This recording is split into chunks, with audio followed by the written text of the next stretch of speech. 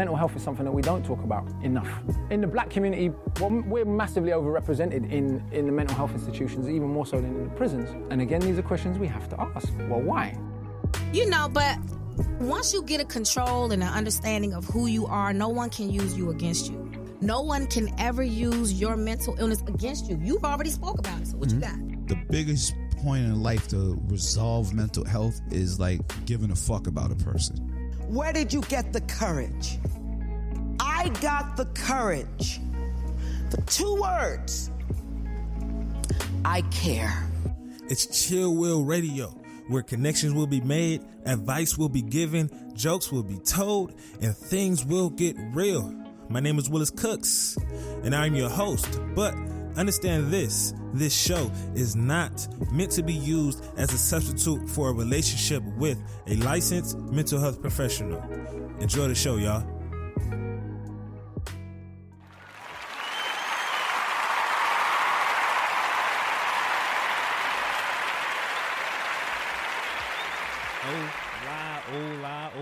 Hola. What's going on, people here in the good news land? I feel like rapping. I should rap.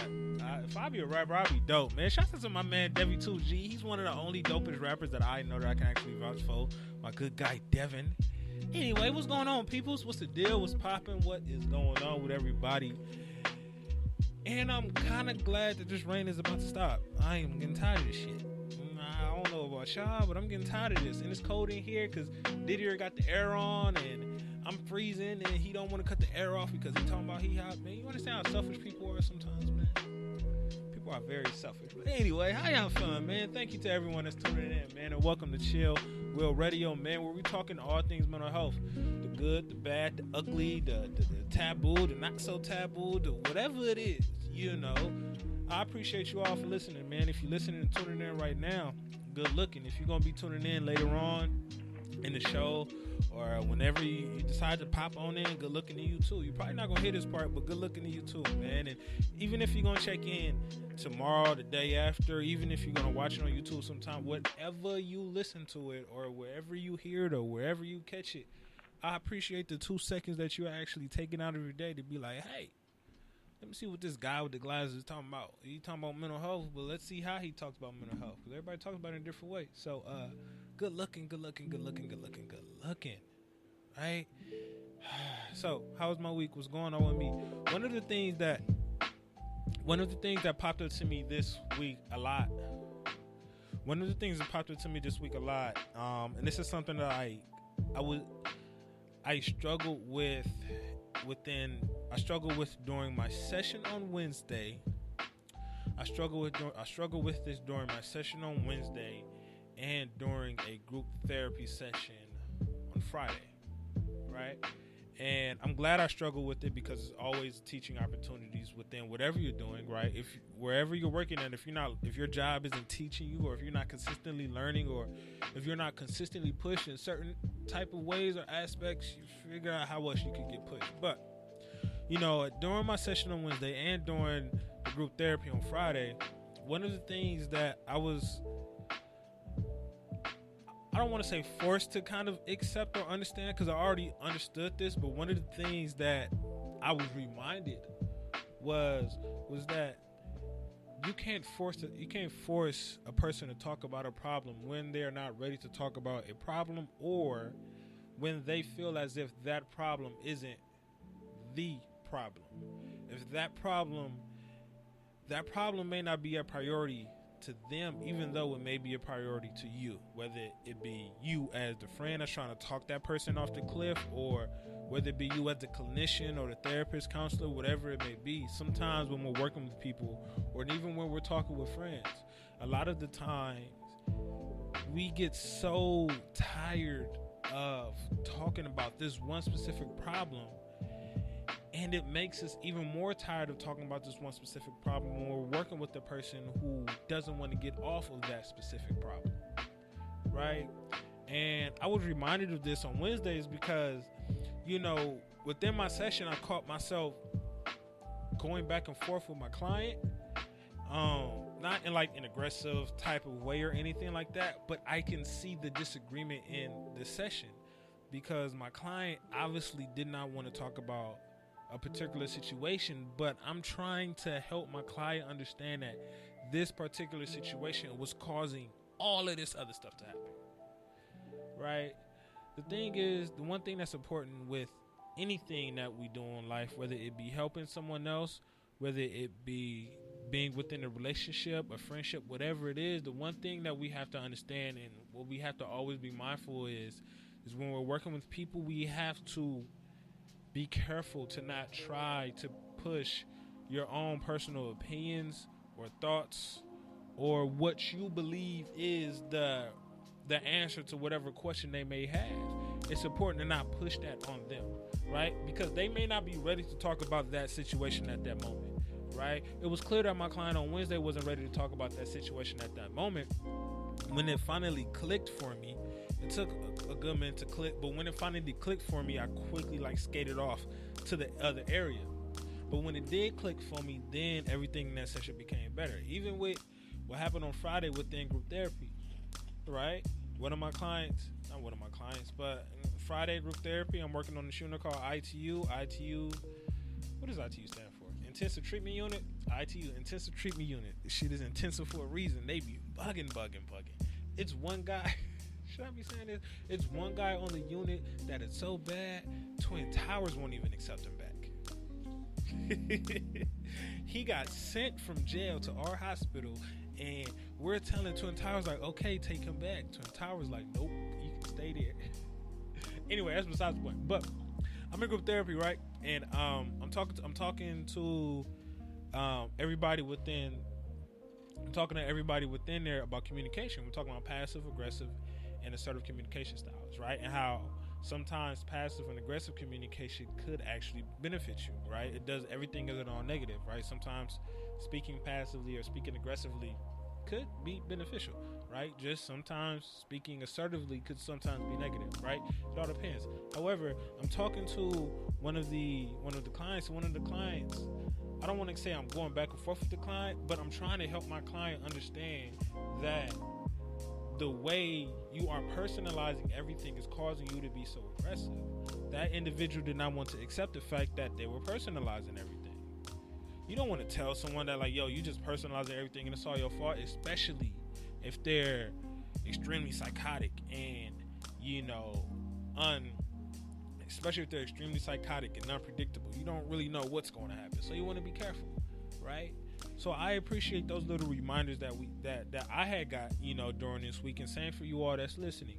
Those little reminders of you cannot force a person to talk about a situation.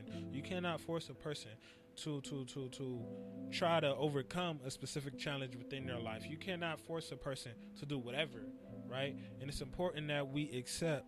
It's important that we allow that person to have control over their own personal treatment process, whether it be official, professional type of treatment, whether it be in a hospital or in therapy, or whether it be the treatment that you're giving yourself, whether it be working out, talking to a friend, whatever it is, let the person run it.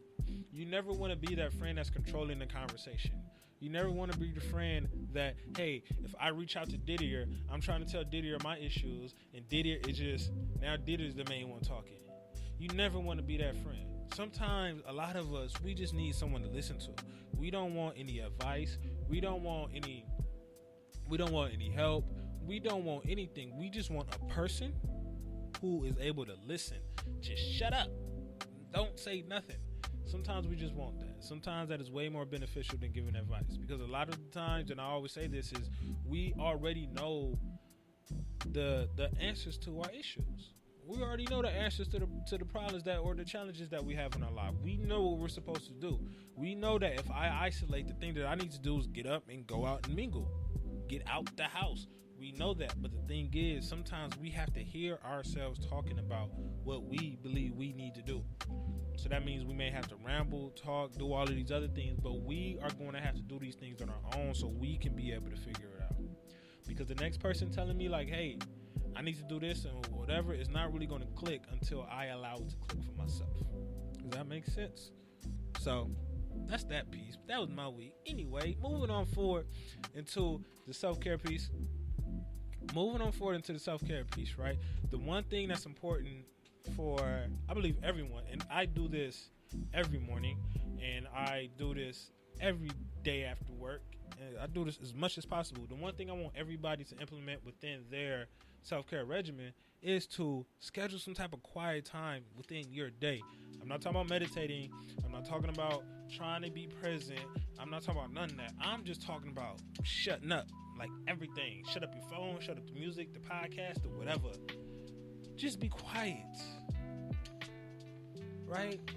Find some time to just be quiet. The reason why it's so important to find some time to just be quiet is because that's going to allow you to kind of, for me, the reason why I be quiet, especially I do this after work, I just be quiet and I just sit there. You can be on your phone, like scrolling on Instagram, being quiet. You can do whatever, but just be quiet. The reason why it's helpful for me is because it resets it allows me to reset.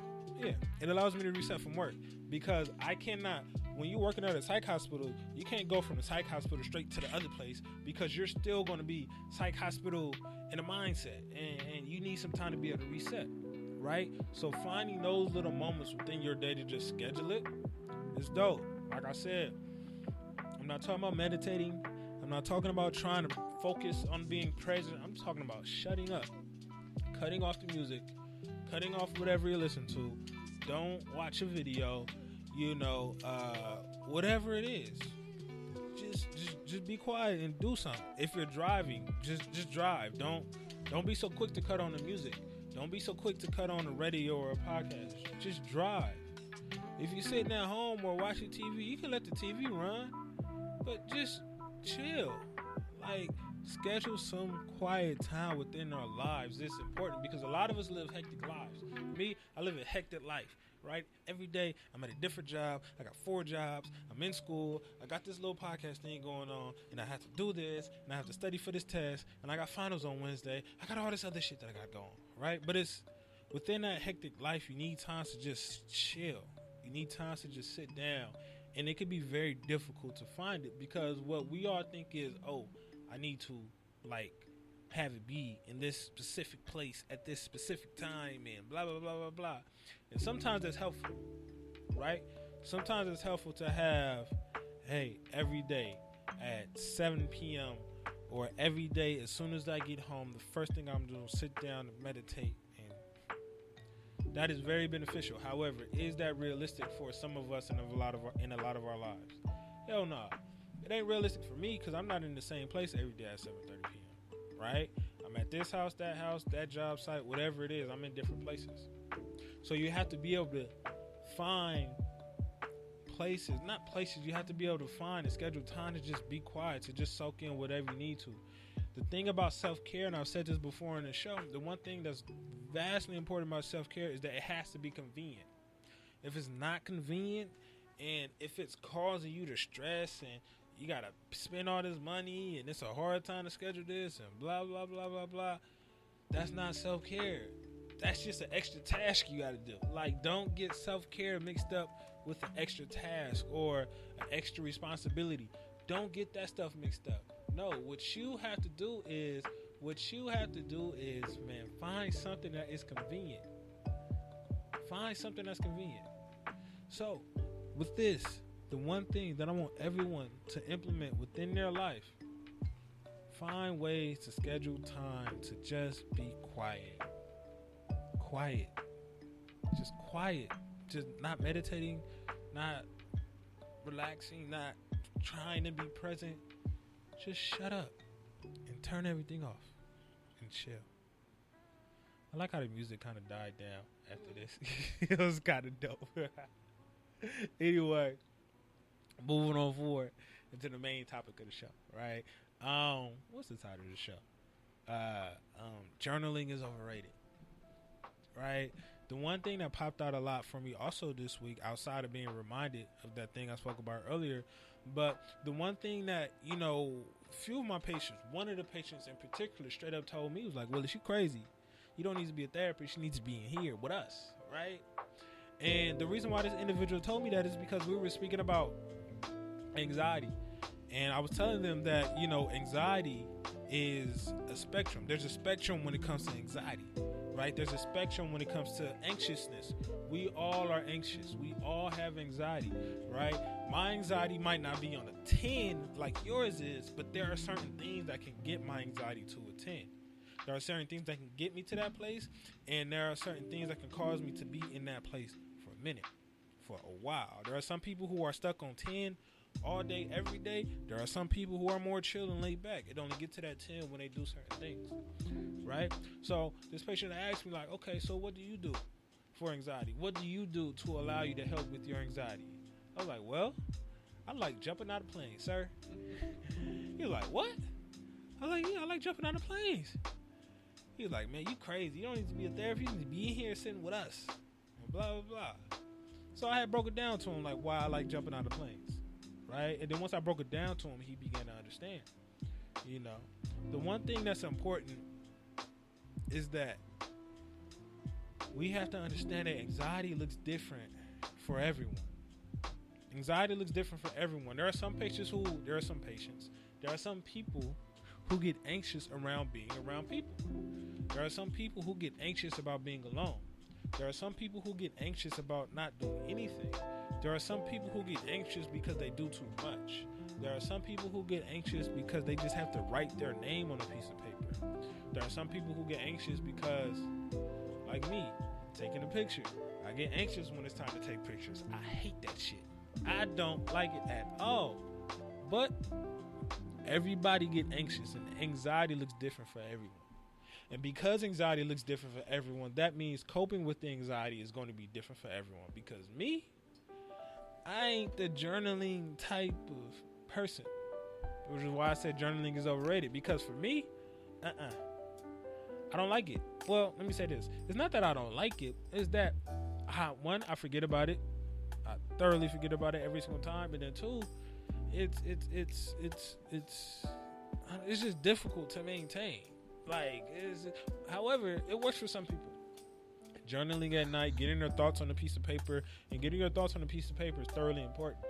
It's way easier to be able to manage your thoughts if you're able to see them on a piece of paper versus trying to hear them or sort them out in your head. It's so much easier than that. But journaling don't work for me, right? So what I'm going to do today is speak about, and give you all some tips of how to deal with your anxiety in unorthodox way, in a different way. Some of these, I guarantee you, will not work for you. Some of these possibly could be, but the only thing that's important when it comes to these things that I'm going to give is that you just be open, right? I say this all the time. I say this every single time I speak to someone new, and whenever they're trying something new, such as therapy, right? Me as a therapist, I don't have all the answers, but if you just take a second to just be open with what I have to say, or with, if we're in a group therapy session, with what the other people within this group has to say, you're going to find something that clicks, right? You're going to find something that clicks, because I don't have all the answers, but the person that's next to you may have the answers. That individual ain't going through everything that you're talking about, but they got something. So be open to the things that I'm going to give you, right? But before I even get into that, right, I need to just speak to everyone real briefly about the importance of finding your own way. The importance of finding your own way to cope with things, right? The reason why I say that is because it is important that we do not allow other people's way of coping to be pushed onto you, because it may not work for you, right? Some people like drawing, some people like journaling, some people like certain grounding techniques, some people do other things, and it just doesn't work for you. Do not get mad just because something doesn't work for you, right? Look at that as a, hey, this one thing that's not working for me is good because it's allowing me to know what I am not supposed to be doing, right? It's letting me know that I'm not supposed to journal. It's letting me know that I'm not supposed to, walk around. It's letting me know that I'm supposed to do whatever, that I'm not supposed to do whatever. Right? So understand the importance of finding your own way, and understand that you have to have confidence in the way you cope, because nobody's dealing with that challenge but you. Nobody's dealing with anxiety but you. Nobody is dealing with anything that you're dealing with but you. And if you don't have confidence in the way that you're coping, that coping mechanism or that coping skill ain't gonna work, dog. Not gonna work at all. Not gonna work at all, because you don't have confidence that this thing is actually working, which is why it's important to just be open to everything. Because if you're not open to everything, what you're already doing, you're just blocking everything out.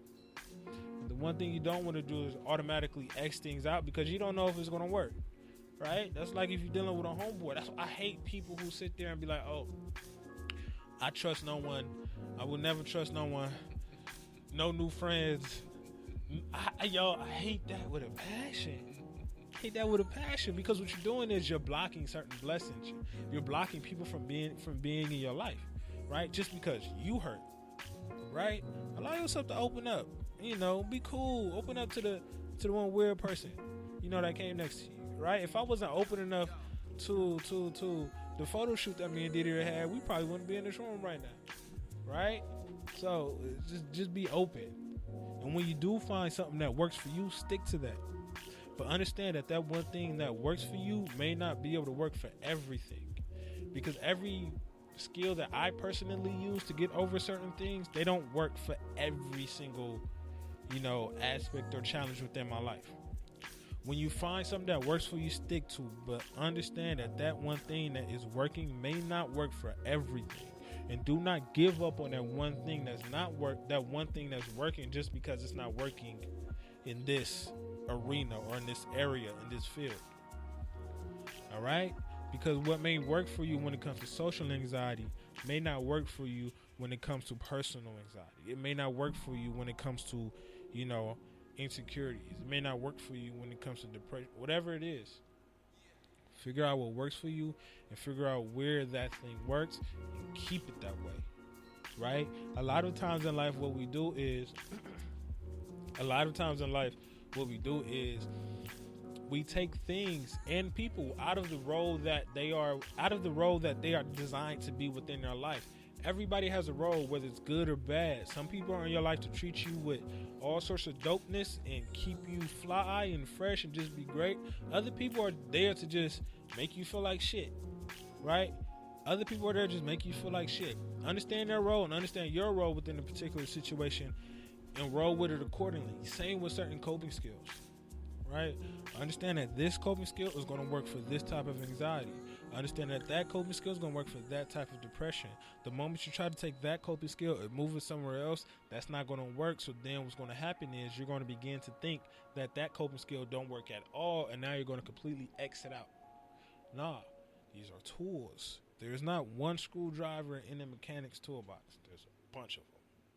There's not one type of hammer in a mechanic's screwdriver. There's a bunch of them. I don't know a bunch of them, but different type of screwdrivers, different type of wrenches, different bolts, different size nuggets.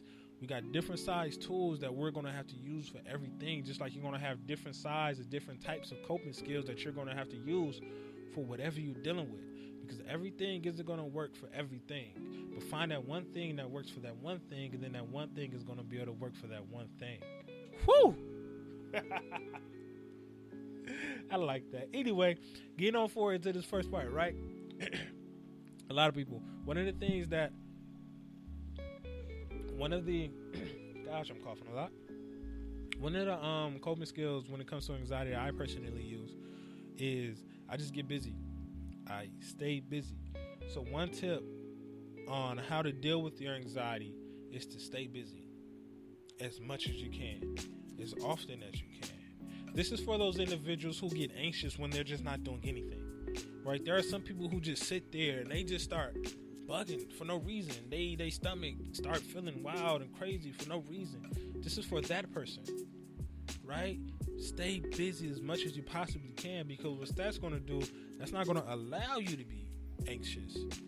Because a lot of times, sometimes when someone is not doing anything and they're anxious because they're not doing anything, they may be a little bit depressed they may feel a little bit bad about the fact that they're not doing anything. They may want to be able to get up and do things, but they don't like it. They don't like the fact that they're sitting around. They don't like the fact that they're sitting at home bored. They begin to feel like they're worthless or nothing is going to work out within their life. But in reality, you just got to get busy. Get busy. Get busy. Go work out. Go write something down. Go do some homework. Go do whatever. Or get busy towards the things that you have to do in the future. Sometimes when we get anxious, we get caught up in our own mind. And don't forget that anxiety is about focusing on the future, right? Anxiety is about focusing on the future. So if I'm just sitting there and I'm anxious, what I'm doing is, I'm thinking about the homework I got to do tomorrow, and I'm not doing it. I'm thinking about the video I got to edit, and I got to get it done by Wednesday. Damn. I'm thinking about the fact that I got to go skydiving on Tuesday, and what if it rains and I'm not able to whatever, right? I'm thinking about all of these things that's going to happen tomorrow. Okay, cool. If you're thinking about all these things that's going to happen tomorrow, get busy. Give yourself some type of head start. If you have homework that's due tomorrow, start working on your homework. Even if you don't want to, actually work on the homework, do something that relates to the homework. If you have chemistry homework, I don't know, watch a chemistry experiment on YouTube. Just do something, right? And that's the most important part when it comes to this. Just get busy, right? Not be mindful and be present and calm down and breathe. All of that stuff is going to come with it, but just get busy, right? The other thing that I want to do, the other tip that I want everybody to understand, and the one thing I want other people, and this particularly is for those individuals who have issues with being present, right? This particularly for those individuals who have issues with being present. It's probably gonna sound kind of weird, but take a cold shower. Take a cold shower, right? If you're one of those individuals who can get very, very anxious for not doing nothing, or you're someone who is so stuck in the future, or if you're someone who could just randomly have panic attacks. There are people who randomly have panic attacks. You randomly have an anxiety attack. You're randomly just bugging out. Take a cold shower. You may not be able to take a cold shower. Okay, cool. Go to the bathroom, splash some cold water on your face. Rub your hands on some cold ice. Rub your hands on something cold. It's cold outside. Go stand outside because it's cold. The reason why that's important is because that's going to bring you back to reality, right? Like I said earlier, anxiety is about focusing on the future. Depression is about focusing on the past. Being at peace is about focusing on the present. So taking a cold shower, rubbing your hands on some cold ice, splashing some cold water in your face, going outside when it's cold, that's going to wake you up. Because the first thing that you're going to do when it's cold, especially when you're taking your cold shower, you're going to exactly, you're going to begin to hyperventilate. And that's going to bring you back to reality. And when you're brought back to reality within those cold environments, the one thing that's going to keep you warm is to breathe. Right? And then what breathing is also going to do, bring you back to reality. Right? So the one other tip for anxiety I want everybody to do, just take a cold shower, splash some cold water on your face if you feel anxious, if you feel like you have an anxiety attack, rub your hands on some piece of ice, do whatever, just to snap you back into reality. Right? This part, this one part is something that a client, I believe a few months ago told me that he does. What this individual do is that this is particularly for those individuals who get anxious, whether it be at work. They get anxious when they're in social settings, right? Social anxiety may be big for them. They may be on a bus and they may get very, very anxious, or they don't like catching trains or buses just because being in that environment gets them, riled up. They may be anxious at the DMV. They may be anxious at the grocery store, right? This one little thing is important. So, as I said earlier, and this is kind of, I guess, counterintuitive or hypocritical or whatever the case may be. But because I've been saying throughout the show that anxiety is about focusing on the future. However, for this one tip, right, we all know, I hope we all know, but Pinterest is a really, really dope app. If you don't have Pinterest, you should go on Pinterest. There's a lot of dope ass ideas on Pinterest. And the one thing that you could do on Pinterest is you could create boards. And these boards is kind of like a collection. It could be of pictures, it could be of quotes, it could be of ideas, or whatever it is. Create a Pinterest board of a specific thing, or of a specific place, or of a specific type of people. So what my client told me he does is that he creates Pinterest boards. He goes through, finds images of old places, old houses, to give them this 1950 or this old school look. However, he throws in like Ferraris and all these nice fancy cars that's now and of the present into those things as well. So what he is doing is he is putting himself kind of in a different reality, right? Kind of quickly getting his mind away from where he's at right now, because he's anxious about where he's presently at. You're anxious about being at the DMV. You're anxious about being at the grocery store. You're anxious about being on the train. Okay, cool. If you can pull out your phone and just daydream real quick, thinking you're back in the 1950s, or thinking that you got all this money, or thinking of whatever, and you see all of these images are going to put you in a place of bliss. These images are going to put you in a place to where you're going to forget about the things that you're anxious of, right? So that's one of the things, right? Get on Pinterest, create a little Pinterest board, and it doesn't necessarily have to be on Pinterest. You can do it on Instagram, because Instagram have this feature to where you can save videos or you can save pictures, and you could, within that save feature, you can lump them up into their own like little collection. This can be houses, this could be cars, this could be people, this could be whatever it is. Create a Rolodex of images, so that way when you need to escape, you're able to escape. Create a Rolodex of nature, of a specific place, of Africa, whatever it is. So if you need to escape to Africa real quickly because you're really, really anxious about where you're at that moment, cool. Let's get away from where we're at. Sometimes daydreaming and getting out of reality is going to be able to help you out. All right. The other thing, right, is specifically for those individuals who have panic attacks, right? Specifically for these individuals that have panic attacks. It's a funny story to this, because I remember one time, it was like 2 years ago.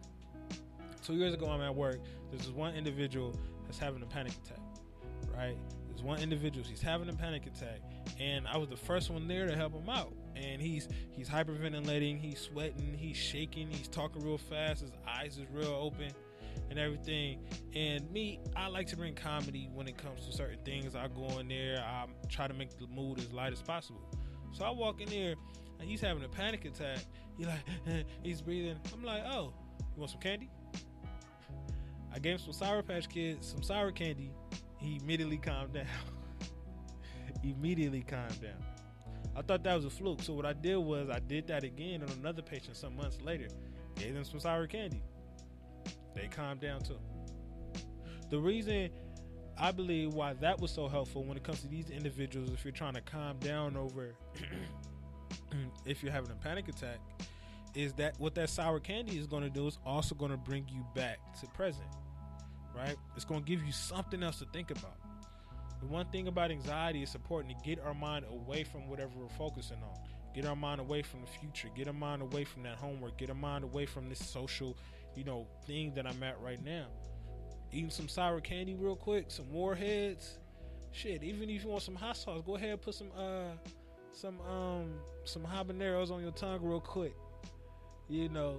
All of these things are just ways to be able to snap you back into the future. It sounds weird, but all of this stuff works. And the thing is, just breathing and journaling and meditating and doing all of these sorts of stuff does not work for everyone, right?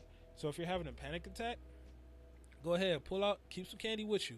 This is your emergency fund of candy. I'm not saying buy some candy. I'm not saying just keep it with you and just, eat it all. Like, nah, this is your emergency fund for candy. Like, man, this is my medicine. These little Skittles, these little Sour Patch Kids, these little Warheads. I think they got Warheads like Skittles now or whatever. These little Warhead Skittles. And when I have panic attacks, I pop one in, I'll be good. do that. Whatever it is dope. I mean, that works to allow you to cope, right? Another thing, another tip, right? Shouts out to my man Didier. He actually was the one that gave this to me some time before the show, right? Is find something to touch, find something to feel, and focus on it, right? Whether it be a shirt. If you're feeling very, very anxious, you need to be able to pull you back, right? Because what happens is anxiety doesn't just pop up and just it's there, boom. No, there are certain things that pop up, right? I mean, there are certain things that kind of gradually starts it, right? We gradually begin to get a headache. We gradually begin to start to get hot. We gradually begin to start to sweat. Some of us itch. Some of us gradually start to breathe a little bit heavier, right? When you start to notice these symptoms that are giving you these red flags when it comes to anxiety, okay, cool. Grab something just to feel, right? Like a shirt. We all wear clothes. T-shirt. Grab it. Focus on each and every crevice and line and bump and whatever. Focus on it. Count it. How many things can you rub your nail through? Right? Focus on those things. Those jeans. How does your jeans feel? Right? How does the hair on your skin feel? Right? How does the hair in your hair on your head feel? Right? Your t-shirt. These sorts of things. Even if you have a little ball, stress ball. We have those stress balls at work all the time. You know, kids, they want them, but they just be throwing them at each other. So I don't like giving them away at work because they just gonna be throwing at each other. I be doing that sometimes too with them kids, little badass kids anyway. But if you have something that you can use to kind of bring you back to reality, a lot of the times with all of these things, it's just about bringing you back to reality. It's about bringing you back to reality, right? And then the last tip is one of the things that I personally do, like as much as possible, and I'm actually doing it right now as we speak. The one tip that I personally do all the time when it comes to anxiety is that I do things that makes me anxious. I do as much stuff as possible to make me anxious. I believe that your body could get used to anything. You can build a tolerance to anything. You can build a tolerance to drugs. You can build a tolerance to people. You can build a tolerance to food. You can build a tolerance to candy. You can build a tolerance to your reality, right? If you're just used to seeing bad shit, you're going to build a tolerance for that. That's what's called being cold-hearted, right? If you are used to getting things, you're going to build a tolerance for it. So whatever I used to get in the past isn't going to work. I need something more. Right. So because I believe you can build a tolerance to everything, I believe you can build a tolerance to being anxious, to anxiety, right? I'm so chill. There's not too many things that can rile me up, but I'm a really chill person. Real chill person. But when I get anxious, I start to move, right? When I'm in here, like I get real goofy. This is weird. When I'm in here and I'm finna get on the show, I get real goofy. I rock in this chair, right? When I go skydiving, one of the things that I do up in that plane is I rock. I start rapping. I start to like sing songs in my head. Like I start to whatever, right? Because now I'm anxious, right? I feel myself getting like this. And the one thing that I do to help out with that, I keep myself moving, right? Because moving around, moving with my hands, doing this and moving whatever, right? Playing a song in my head, rapping it, all this other stuff. It keeps my mind away from the thing that I'm anxious about, right?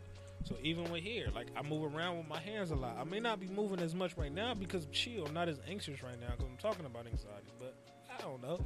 But even coming here all the time, like you can especially ask my girl and Didi when I come in here. First few minutes before the show, I'll get a little extra. I'll start rapping. My hands will start moving. It's because I'm anxious. And it's important because when I first was doing this show, like my first few shows, man, that was the worst.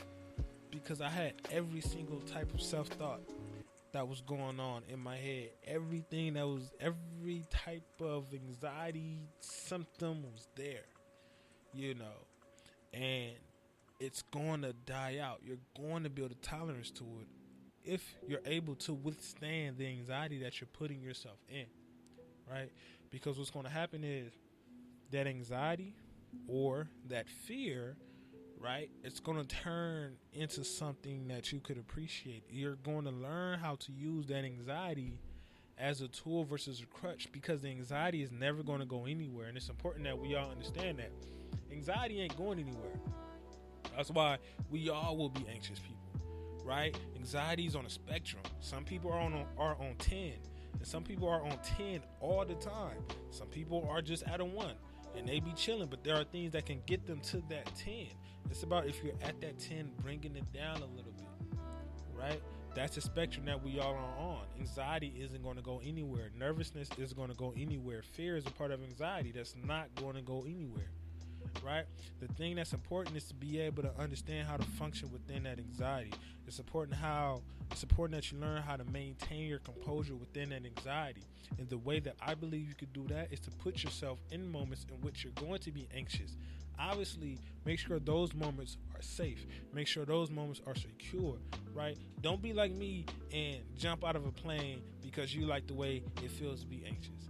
That may not be everyone. However, if you could find little things to make you anxious, so you can play with it, so you can see how it feels, so you can understand, what parts of my body are getting hot. How does my stomach feel? Do I start to itch? Does my head start to itch? Do I start to sweat? Are my palms kind of sweaty? Am I shaking? Am I talking a little fast? Am I moving a little bit more? Because what happens is we're not used to our movements. We're not used to those symptoms. And because we're not used to those symptoms, those things are going to cause us to be more anxious because we haven't built that tolerance to that anxiousness. We haven't built that tolerance to that anxiousness. And if we're able to build the tolerance to that anxiousness, we're going to be less anxious. Okay? So I have get busy. If you're that individual who get anxious because you're just not doing anything, get busy towards the things that you're anxious about. If you're having homework, if you're anxious about the homework that's due tomorrow, okay, cool. Get to work, big homie. Just get something done. Just get on your feet, get to moving. Take a cold shower, right? Because that's going to bring you back to reality. You can take a cold shower. If you're not at home to take a cold shower, you can splash something cold in your face. You could rub your hands on some ice cubes. You can go outside. Do something to just get cold, because what that's going to do is it's going to wake you up, right? Third thing, create something that can visually take you to another place, especially if you're one of those individuals who deal with social anxiety, right? Take something or create something to visually take you to another place. Hop on Pinterest, create you little boards, get on Instagram, save certain images, save nature type of images, so that can take you to a place so you can get out of the anxious place in which you're in, right? Because you just need to get away for that moment, right? Eat some sour candy, right? Have your emergency fund of candy in your pocket, right? Have your little fun bag, the little fun sized bag of suckers, whatever it is, right? Toss in your mouth real quick, because that's going to cause you to snap you back into reality, right? To do those things as well. Find something to rub, right? Find something to rub, find something to touch, right? And focus on how that feels. Whether it be a shirt, whether it be the table, whether it be the hair on your skin, whether it be whatever, the hair on your head, whatever it may be. Find something to rub and just focus on that feeling. And the last tip, find something that you can do that's going to put you in the feeling of being anxious. Do things that are going to purposely make you anxious. I do this thing every Sunday. This is episode 59, so I've been doing this for 59 weeks. This makes me anxious still. It's important that we all understand anxiety is not going anywhere. It's not about getting rid of anxiety. It's about being able to function within anxiety. It's about being able to maintain yourself within the anxiety. It's about understanding that anxiety is on a spectrum. Where are you at from 1 to 10? If you're on 10, okay, get your ass back down to 1. Or if you can't even make it to 1, get your ass back down to 9. If you're on 10, get down to 9. Then get down to 8, 7, 6, 5, 4, and the rest of them. And don't be stuck at 10 for a long time. Don't be stuck at 10 for 10 minutes. If you at 10, be at 10 for 5 minutes, whatever it is, right? Make some type of progress, right? So do things that's going to make you anxious, so that way you can build a tolerance to your anxiousness, so your anxiousness and your anxious behavior do not surprise you. Because if you are surprised about your anxious behavior, it's going to cause your anxiety to get worse. And if that thing gets worse, it's going to make everything else 10 times worse. So, moving on forward into the question. A question that I always say never pops up. Well, I never write down, but literally pops up in my head sometime during the show, whatever the case may be. However, when it comes to this question, what is the one thing that you're anxious about that also makes you afraid? Right? What is the one thing that you're anxious about that also makes you afraid? Right? I could be anxious about certain things, but I could not be afraid of them. But if I'm anxious about something, and if I'm afraid about something, if I'm anxious about that one thing that I'm also afraid of, maybe I need to go towards it. Because the one thing about fear is that fear can be conquered as well. Right? Fear can be conquered if you're able to face it. Just like anxiety can be conquered if you're able to face it. So what's the one thing that makes you anxious that you're also afraid of? Alright?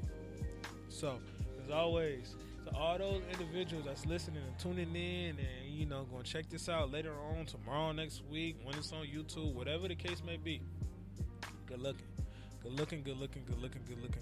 I thoroughly appreciate the fact that you're able to listen to all of this show, the fact that you listen to half of the show, the fact that you listen to 2 seconds of this show.